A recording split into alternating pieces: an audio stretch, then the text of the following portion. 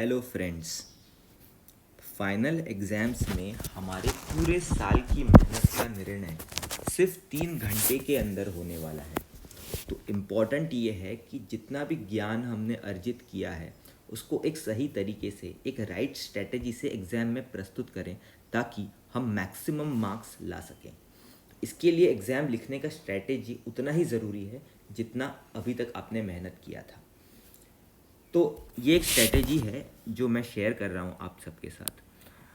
सबसे पहले तो एग्ज़ाम में हमें रीडिंग टाइम मिलता है जिसका हमें इस्तेमाल सही तरीके से करना है। तो इसमें हम 3 चीज़ें कर सकते हैं। पहला ये कि रीडिंग टाइम में जो भी ऑब्जेक्टिव क्वेश्चंस होते हैं, जनरली बोर्ड्स में जो ऑब्जेक्टिव क्वेश्चंस होते हैं उसमें बहुत कैलकुलेशंस की या पेन पेपर की ज़रूरत नहीं होती है। तो जो भी ऐसे क्वेश्चंस होते हैं वो सारे के सारे आप अटेम्प्ट करने का प्रयास करें। स्पेशली जो असर्शन रीज़न वाले क्वेश्चंस होते हैं जहाँ पे शांत दिमाग की ज़रूरत होती है और विवेक की ज़रूरत होती है, यहाँ पे आप रीडिंग टाइम में उनको कर सकते हैं। साथ ही साथ आप जो और वाले क्वेश्चंस हैं, जो ऑप्शन वाले क्वेश्चंस हैं, उसमें ये डिसाइड आप कर सकते हैं कि कौन सा ऑप्शन आप सिलेक्ट करने वाले हैं। रीडिंग टाइम में जनरली बच्चे ये गलती करते हैं कि वो बहुत जल्दबाजी में ज़्यादा से ज़्यादा चीज़ें करने के प्रयास में सिली मिस्टेक्स कर देते हैं। इसीलिए उन सिली मिस्टेक्स को हमें अवॉइड करना है और हरी नहीं करना है, सांस लेते रहना है। इसलिए मैंने यहाँ पे लास्ट पॉइंट लिखा है ब्रीथ। तो ये ब्रीथ कब करना है? ब्रीथ हमें पूरे टाइम करते ही रहते हैं इनवॉलेंटरी, बट एग्ज़ाम से पहले, अगर पेपर मिलने से पहले आपको 5 मिनट का भी वक्त मिल जाता है तो आंखें बंद कीजिए और अपने सांसों पे फोकस कीजिए। अगर आपका मन शांत होगा तो आपका एरर का चांसेस भी कम हो जाएगा। रीडिंग टाइम का सदुपयोग करने के बाद जब आप आंसर्स लिखेंगे तो कुछ इम्पॉर्टेंट पॉइंट्स हैं जो मैं आपको बताता हूँ। पहला ये है कि क्वेश्चन को ध्यान से पढ़ें। अगर ज़रूरत पड़े तो 2 बार भी पढ़ें। यहाँ पे अपनी स्पीड को ज़बरदस्ती बढ़ाने की ज़रूरत नहीं है, क्योंकि कई बार क्वेश्चन में इम्पॉर्टेंट इन्फॉर्मेशन अगर हम मिस कर दें तो सिली मिस्टेक्स होने के चांसेस हैं। हर क्वेश्चन को करते टाइम आप आंसर की में गिवन, टू फाइंड और क्वेश्चन में जो कंडीशंस है, अगर कोई स्पेसिफिक कंडीशन है तो उसको ज़रूर लिख लें। ये एग्जामिनर के काम नहीं आएगा, ये आपके काम आएगा, स्पेशली रीचेकिंग के टाइम पे, क्योंकि इसी टाइम पे आप इन तीनों चीज़ों को वेरीफाई कर सकते हैं कि आपने ये क्वेश्चन सही किया है कि नहीं किया है। आंसर प्रस्तुत करते टाइम जो फॉर्मूला आप यूज़ कर रहे हैं उस फॉर्मूले को आप ज़रूर लिखें। फॉर एग्जांपल, अगर आप ये फॉर्मूला यूज़ कर रहे हैं F=K Q1 Q2/R², तो इस फॉर्मूले में आप डायरेक्टली वैल्यू पुट ना करें, पहले आप फॉर्मूला लिखें फिर वैल्यू पुट करें। सिमिलरली, अगर आप कोई पर्टिकुलर स्टेप यूज़ कर रहे हैं तो आप क्या स्टेप यूज़ कर रहे हैं उसको ब्रैकेट में अवश्य लिखें, नेक्स्ट स्टेप से पहले या उसी स्टेप के बाजू में। और कोई भी अगर आप रीजनिंग दे रहे हैं, जो भी आप लॉजिक देना चाह रहे हैं जिसके ज़रिए आप नेक्स्ट स्टेप तक पहुँचे हैं, उस लॉजिक को ज़रूर लिखें। ये एग्जामिनर का काम बहुत आसान करेगा। एग्जामिनर का काम आसान होगा तो वो आप पे कृपा बरसाएगा। सिमिलरली, आपको हर क्वेश्चन के एंड में, आंसर में यूनिट चेक करना है कि कहीं आपने यूनिट लिखना मिस तो नहीं कर दिया, क्योंकि उसके भी मार्क्स कटते हैं। और कभी कभी यूनिट कन्वर्जन की ज़रूरत पड़ती है, उसको आपको बिल्कुल मिस नहीं करना है।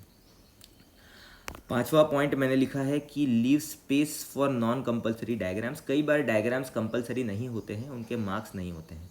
अगर मार्क्स होते हैं, स्पेसिफिकली अगर क्वेश्चन में पूछा जाता है या क्वेश्चन की रिक्वायरमेंट होती है, तो आप ज़रूर बनाएं हैं। बट अगर कंपलसरी नहीं होता है तो थोड़ी सी रिक्त जगह छोड़ दें, ताकि जब आप रीचेकिंग करते टाइम आप उसको, डायग्राम को बना सकते हैं। एक बहुत ही सुंदर नहीं होगा तो भी चलेगा, बट एक बेसिक डायग्राम आप बना सकते हैं, जिससे एग्जामिनर का काम आसान होगा, साथ ही साथ आपका रीचेकिंग का काम भी आसान हो जाएगा। और जो चीज़ें हैं कि आप आंसर लिखते टाइम, कई बार थियरी के जो क्वेश्चंस होते हैं आप उनको पॉइंट्स के ज़रिए लिखने का ट्राई करें। बहुत बड़े बड़े पैराग्राफ को अवॉइड करें, किसी भी प्रकार के रिपीटेशन को अवॉइड करें, क्योंकि रिपीटेड पॉइंट्स काउंट नहीं होते हैं। हर एक पॉइंट का डिस्टिंक्ट होना बहुत ज़रूरी है। तो पॉइंट्स में आंसर लिखें। साथ साथ ज़रूरी है कि कीवर्ड्स जो आप यूज़ कर रहे हैं, कभी डेफिनेशन में कीवर्ड होता है, कभी कोई लॉजिक में कीवर्ड होता है, कभी थियरी में कीवर्ड होता है, तो जो भी कीवर्ड है जिसके बलबूते पे मार्क्स आपको मिल सकते हैं तो उसको ज़रूर अंडरलाइन करें, क्योंकि कई बार एग्जामिनर डायरेक्टली कीवर्ड आप अंडरलाइन किया हुआ कीवर्ड देख लेगा और उसके पास अगर टाइम कम है तो उसी के बल आपको मार्क्स दे देगा। उसका काम आसान होगा तो आप पे कृपा बरसेगी, ये चीज़ याद रखना। एग्जामिनर का काम आपको आसान करना है। एग्जामिनर हमारे लिए ग्राहक की तरह है। ग्राहक को चीज़ें जितनी आसानी से मिलती हैं उतनी ही जल्दी वो जेब ढीली करता है। जो फाइनल आंसर है अगेन उसको बॉक्स में लिखना है। इसका भी रीज़न यही है कि एग्जामिनर फाइनल आंसर देख के भी आपको मार्क्स दे सकता है अगर उसके पास टाइम कम होता है तो। रफ वर्क करना जितना स्ट्रक्चर्ड में आप करेंगे उतना फ़ायदा रहेगा। तो मैं ये सजेस्ट करूँगा कि आप रफ वर्क को क्वेश्चन के बाजू में ही करें, जैसे मैंने यहाँ पे इस आंसर शीट में शो किया है। तो कोई भी क्वेश्चन है उसके बाजू में रफ वर्क अगर आपको रहेगा, और रफ वर्क को भी आपको ऑर्डर में करना है। उसमें राइटिंग की सुंदरता इंपॉर्टेंट नहीं है, बट ऑर्डर की ज़रूरत है कि आपका फर्स्ट स्टेप आया, फिर सेकंड स्टेप आया, फिर थर्ड स्टेप आया। इससे क्या होगा कि अगर मान लो आप सेकंड स्टेप तक अटक गए तो रीचेकिंग के टाइम पे आप वहीं से कंटिन्यू कर सकते हैं, है ना। तो आपका काम आसान हो जाएगा। और अगर कोई गलती पकड़नी है तो भी यहाँ पे आप आसानी से पकड़ सकते हैं। अगर रफ वर्क की खिचड़ी बनेगी तो आप उसमें वो चीज़ें नहीं निकाल पाएंगे जो आपकी गलतियाँ हैं, वो ढूंढना आपके लिए मुश्किल हो जाएगा, है ना। कुछ और इम्पोर्टेंट पॉइंट्स हैं जो मैंने यहाँ पे मेंशन नहीं किए हैं कि एग्ज़ाम में कई बार एग्ज़ाम जल्दी ख़त्म हो जाता है बाकी लोगों का, तो हमें बाहर निकलने की जल्दी बिल्कुल नहीं करनी है कि एग्ज़ाम जल्दी ख़त्म हो गया। अगर 3 घंटे का पेपर है तो वो पूरे के पूरे 3 घंटे का पूरा इस्तेमाल आपको करना है। भले ही आपका 2 घंटे में भी ख़त्म हो गया हो, आपने रिवीजन भी कर लिया हो, आप उसको वापस रिवाइज करते रहिए जब तक टाइम ख़त्म ना हो जाए, क्योंकि ये जो 3 घंटे हैं ये पूरा साल की मेहनत आपका डिटरमाइन करने वाले हैं। तो यहाँ पे आपको फोकस से रहना बहुत ज़रूरी है और एंड तक आपको एफर्ट नहीं छोड़ना है, चाहे आपको कितना भी कॉन्फिडेंस हो कि आपका सारा का सारा पेपर हो गया है, ठीक है।